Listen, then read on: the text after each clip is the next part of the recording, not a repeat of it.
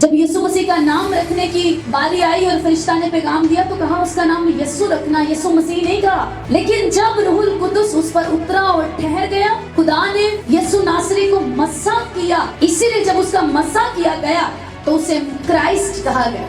आपको पता है स्पिरिचुअली आपका जो सर नेम है वो क्राइस्ट है।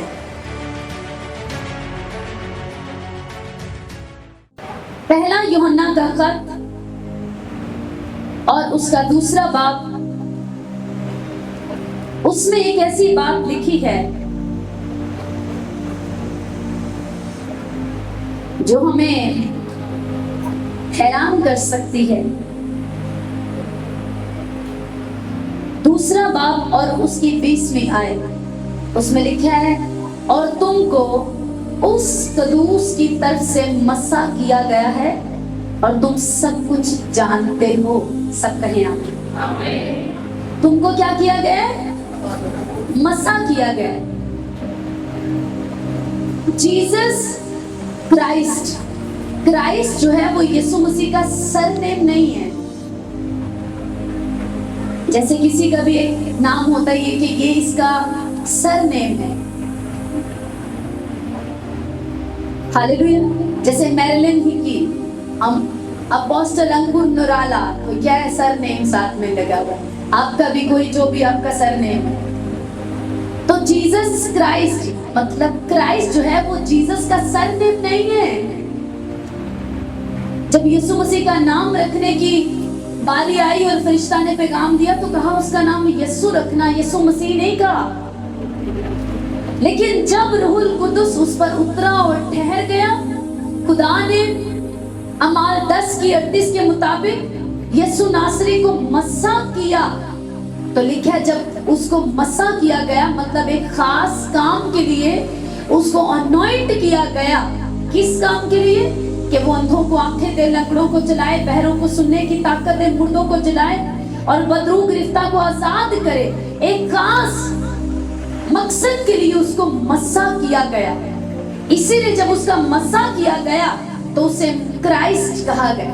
आपको पता है स्पिरिचुअली आपका जो सरनेम है वो क्राइस्ट है।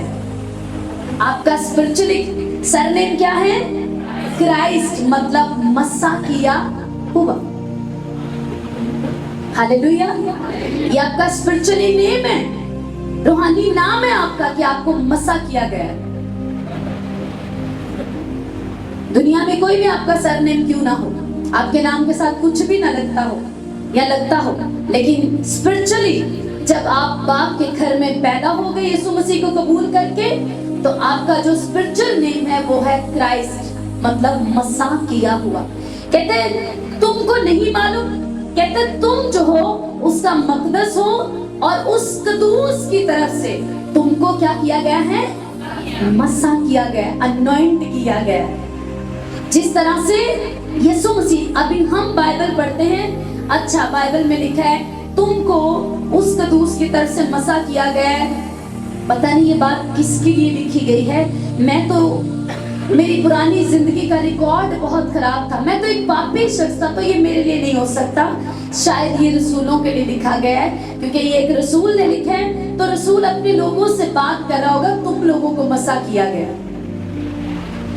यीशु मसीह की पैदाइश से 750-800 साल पहले यशायाह नबी ने यीशु के बारे में नबूवतें की और बाइबल कहती है कि यशायाह ने एक वचन लिखा कि खुदावंद खुदा की रूह मुझ पर है और उसने मुझे मसा किया है। तो क्या यशायाह ये अपने बारे में कह रहा है या किसी और के बारे में?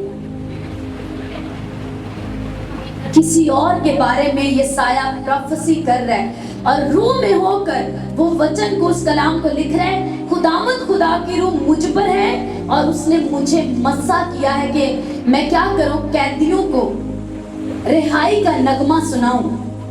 जिस दिन जैसे यीशु मसीह, जैसे आप चर्च आए हैं, जब यीशु मसीह हैकल जाते थे तो उसे क्या किया गया? उसे पढ़ने के लिए वचन दिया गया और बाइबल कहती है इत्तेफाक से उसने बाइबल खोली और वही कलाम सामने नहीं आया, लिखा उसने वो हवाला निकाला जहां ये लिखा था यशायाह की मार्फत कि खुदावंद खुदा की रूह मुझ पर है। यीशु मसीह ने पुराने अहदनामे में से यानी कि लिखे कलाम में से अपने लिए वचन ढूंढा और निकाला और उसको पर्सनल बनाया। हालेलुया। उसे मालूम था, एक नबी ने ये बात कही है कि खुदावंद खुदा की रूह मुझ पर है, उसने मुझे मसा किया है। यीशु मसीह जब आया तो वो जानता था कि ये वचन उसने अपने लिए लेना है, लिया। उसको मालूम था ये मेरे लिए लिखा गया है। उसने वही एग्जैक्ट वही रेफरेंस निकाला और चर्च में उसको प्रीच किया और पढ़ा और बोला कि खुदावंद खुदा की रूह मुझ पर है और उसने मुझे मसा किया है। और ऑल्टर से उतरते वक्त कहा, आज ये वचन तुम्हारे सामने पूरा हुआ।